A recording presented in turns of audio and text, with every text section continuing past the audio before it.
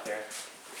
Look at that, there's a woman in it. Yeah, I was working in Orlando and had a small sailboat. We'd go out to Titusville and put in. Hey, That's nice. how about some Bull Durham? Bull Durham tobacco. Yeah, on the intercoastal. I put in at Titusville and then sail to Cocoa or sail back up toward Jacksonville. Around the Kennedy Center. Or back in the 1800s, or like I said, early 1900s. Most of what you'll see in here is going to be farming equipment because this was mostly an agricultural area. But we do like to kind of play the guessing game to see if people know what things are, just to have a little bit of fun. So if you will humor me, we'll kind of go around the room and do that. Does anybody know what this item is for? Corn. Corn, that's exactly right. Corn So you put a dried ear of corn here, turn the handle, the kernels would fall into the box or wherever. Then you could grind them up for cornmeal, use them for animal feed, whatever you needed them for on the farm.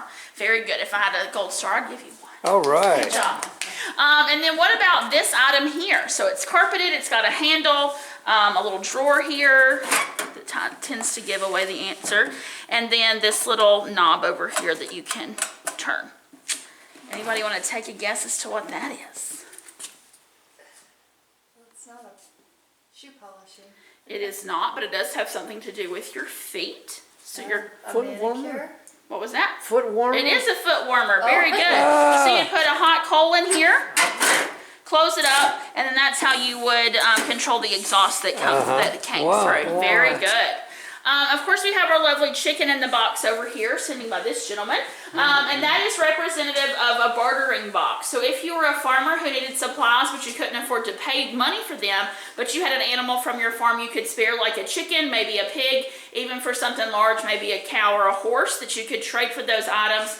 You would bring them in, give them to the store owner. He would give you the supplies you needed in exchange, and then he'd turn around and sell that animal for probably more than what he gave you was worth in the first place. So kind of like an early pawn shop, and that was really a win-win for everybody. So everybody kind of got what they needed. And then of course in the corner over here is our post office, and like you said, to work for the postal service, you had to take an oath that said you had never willingly aided the Southern Army. Most Southern men couldn't say that, but a lot of the women could because they weren't necessarily involved in the war efforts. And so that's kind of how women got in the door. Patent. And so the way this one is different than this one, it actually doesn't have a beater or anything on the inside. It's just an empty barrel. So you put your cream in here, unlatch it from the hook here, do a 360 spin, and then the sloshing of the cream against the barrel would actually make your butter. And I guess it wouldn't be so taxing. Who would win? This one. I'm not sure. The hand churner But in some of his rattles by this point, several of them have fallen off. He ate well. Yes. So it's Call for Philomarian. You know, I'm actually not 100% sure what I thought it was. Part of like a cotton gin. Yeah. So the teeth, you would actually, that handle goes Only a penny to guess your weight. It spreads the cotton out, and then you can pick the seeds out. So that's what I thought it was, but nobody's been able to verify that.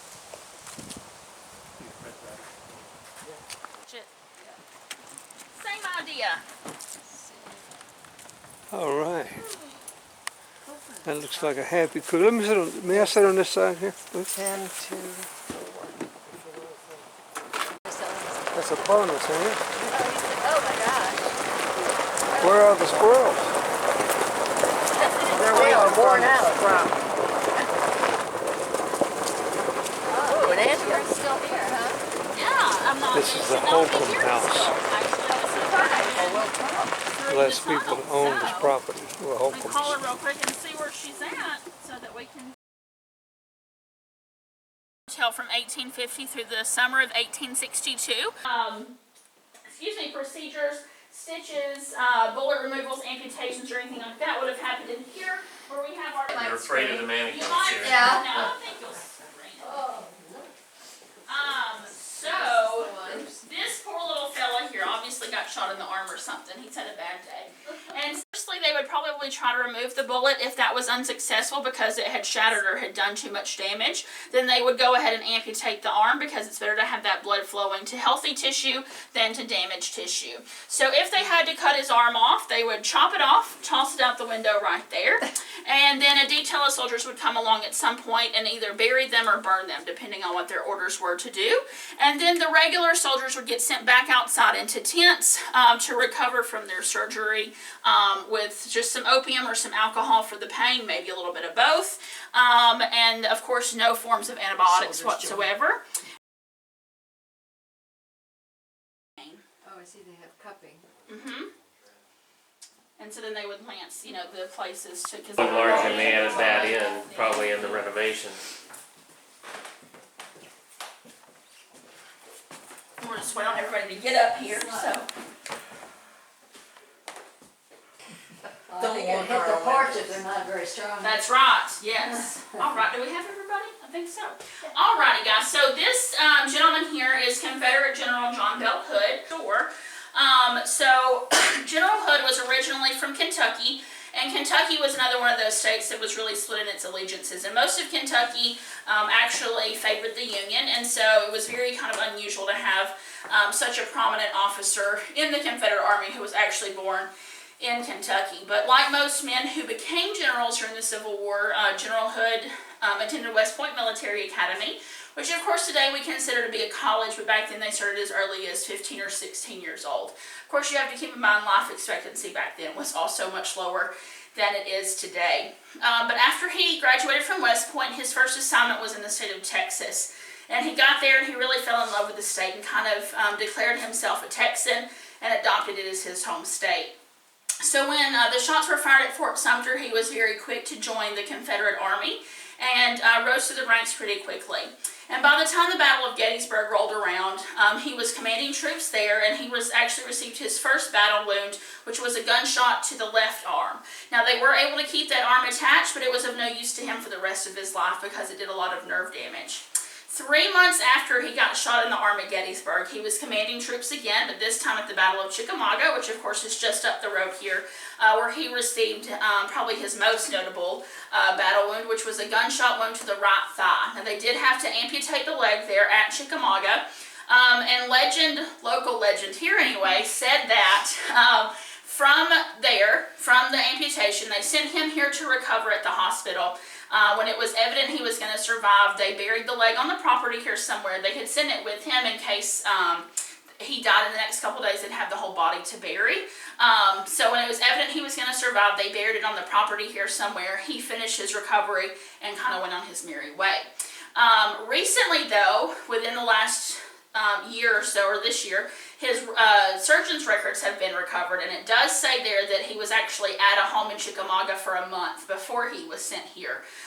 And so if they had kept the leg, they certainly wouldn't have kept it for a month and then buried it here when he got here. So the likelihood of the leg actually being buried here is pretty slim because, you know, we do have a first-hand account that says he was in Chickamauga for a month. So that's why we tell his story. So it actually turns out he was here, but only for a couple of days while he awaited the train to Jefferson Davis's home to finish his recovery. And then just about a year or so later, after the amputation, then he would face off against General Sherman at the Battle of Atlanta. And so we do think it's important to tell his story, and even though it doesn't match up with kind of the local lore, it's also important to tell the true story. So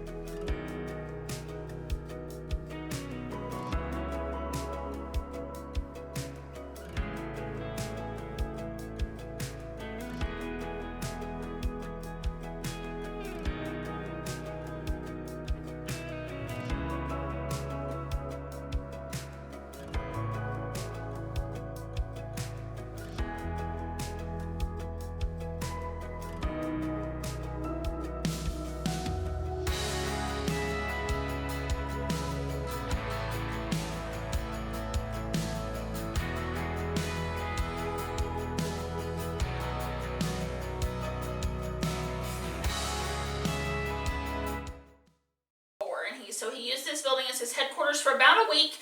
He did plan part of the Atlanta campaign here on the property, and he also had several thousand troops with him as well. At this point, it was kind of a standoff between him and Joseph Johnston down in Dalton for command of the railroad and the tunnel that we're going to go through here in just a minute. Of course, Sherman is probably one of the more controversial, and that's putting it lightly, I guess, characters, I hate to call him a character, of the Civil War, known, of course, for his very harsh tactics of what became